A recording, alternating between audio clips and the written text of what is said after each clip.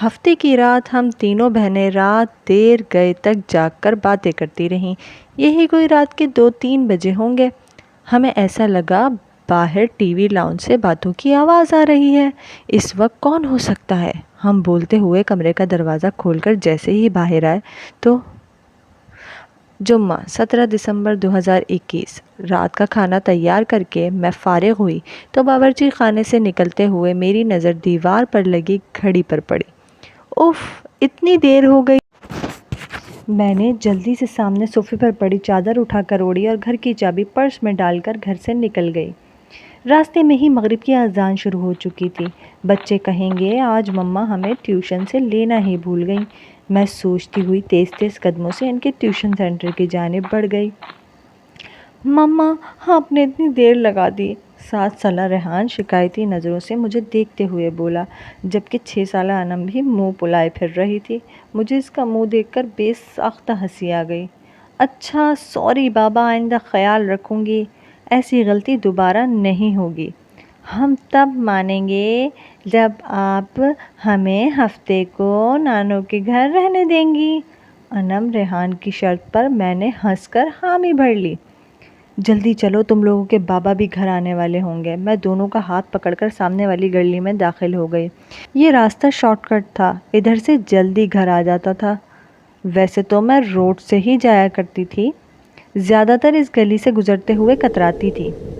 اوف مما، کتنا ڈراؤنا گھر ہے، اس کو دیکھ کر ڈر لگ رہا ہے۔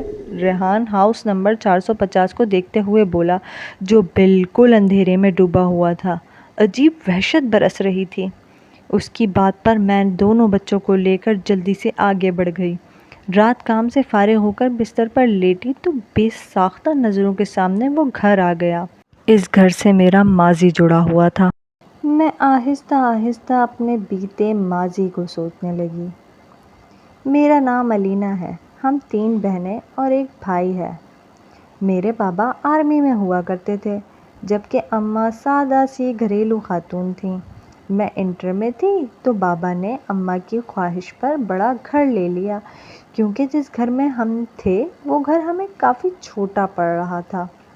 جس دن بابا نے نیا گھر لیا ہم سب بہن بھائی بہت خوش تھے۔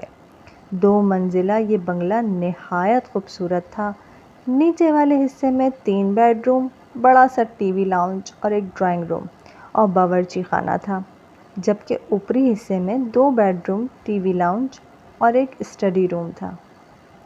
چھوٹا سا باغیچہ تھا جس میں نیم اور بیر کے درخت لگے تھے، اور کار پورچ اتنا تھا کہ ایک گاڑی کھڑی ہو جائے۔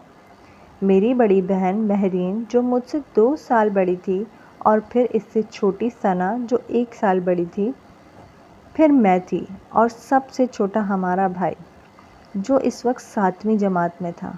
ہم تینوں بہنوں نے اوپر والے بیڈ روم لیے، جبکہ نیچے حارث اماں بابا کے ساتھ رہتا تھا۔ ہم تینوں بہنیں چونکہ کافی ڈرپوک تھیں تو ہم ایک ساتھ ایک بیڈ روم میں سوتی تھیں۔ جس دن ہم شفٹ ہوئے اس دن کافی تھکن ہو گئی تھی۔ رات گئے تک سامان وغیرہ سمیٹ کر فارغ ہوئے۔ باقی کا کام اب کل کر لینا، اب جاؤ تم لوگ بھی سو جاؤ۔ کھانے سے فارغ ہوئے تو امی بولیں تو ہم تینوں بہنیں اوپر آ کر لیٹ گئیں۔ تھکن اس قدر تھی کہ لیٹتے ہی نیند آ گئی۔ اب سوئے زیادہ دیر نہیں ہوئی تھی کہ مجھے نیند میں ایسا لگا کہ کوئی باہر دروازہ بجا رہا ہے۔ میں نے اٹھ کر دروازہ کھولا تو سامنے کالی بلی کھڑی تھی اور وہ مجھے گھور رہی تھی۔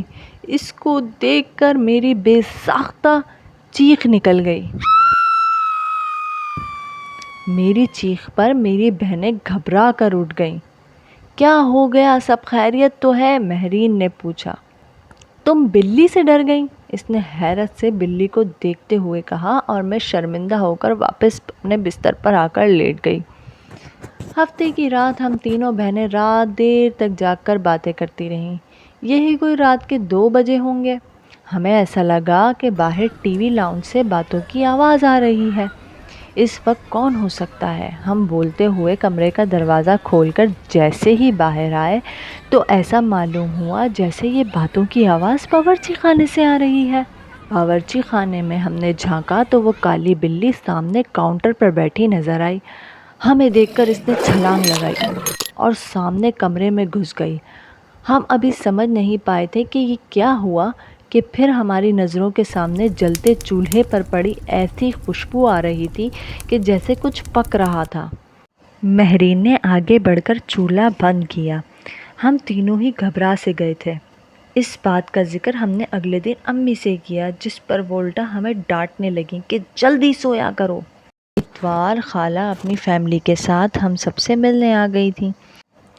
رات دیر تک وہ اپنے گھر گئیں تو نیچے ٹی وی لاؤنج میں رکھے تخت پر بیٹھے ہم تینوں بہنیں اور امی باتیں کر رہے تھے، جبکہ ابو اور حارث سونے جا چکے تھے کہ امی کی نظر لاؤنج سے جاتی سیڑھیوں پر پڑی۔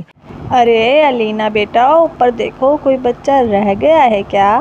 خالہ کے چھوٹے چھوٹے بچے تھے، کافی شرارتی سے امی کو لگا کوئی بچہ اوپر نہ رہ گیا ہو۔ امی کی بات پر ہماری نظر بھی اوپر کی جانب جاتی سیڑھیوں پر اٹھی تو دیوار پر چھوٹے بچے کا سایہ نظر آیا۔ میں نے اٹھ کر اوپر جا کر دیکھا مگر وہاں تو کوئی بھی نہیں تھا، جس پر میں خوف زدہ ہو کر تیزی سے نیچے آ گئی۔ میں نے امی کو بتایا کہ اوپر تو کوئی بھی نہیں ہے تو امی بھی چپ سی ہو گئیں۔ جب اوپر بچہ نہیں تھا تو وہ سایہ کس کا تھا؟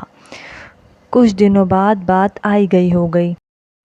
ہم سب گھر والوں کو کزن کی شادی میں اسلام آباد جانا تھا۔ 2 ہفتوں بعد جب ہم واپس گھر آئے تو بڑی عجیب حیرت ہوئی۔ پورا گھر شیشے کی مانند چمک رہا تھا۔ ایسا لگ رہا تھا کہ روز گھر کی صفائی ہوتی رہی ہو۔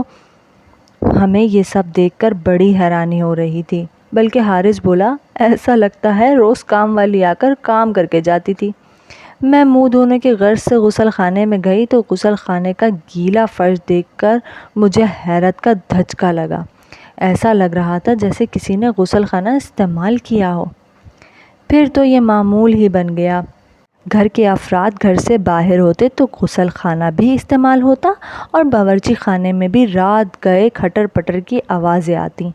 ہم لوگوں کو وہ کالی بلی بھی مستقل گھر میں گھومتی ہوئی نظر آتی۔ ہم لوگ اب آہستہ آہستہ ان باتوں کے جیسے عادی ہوتے جا رہے تھے جب وہ ہولناک واقعہ رونما ہوا، جس کے بعد ہم نے فوراً وہ گھر چھوڑ دیا۔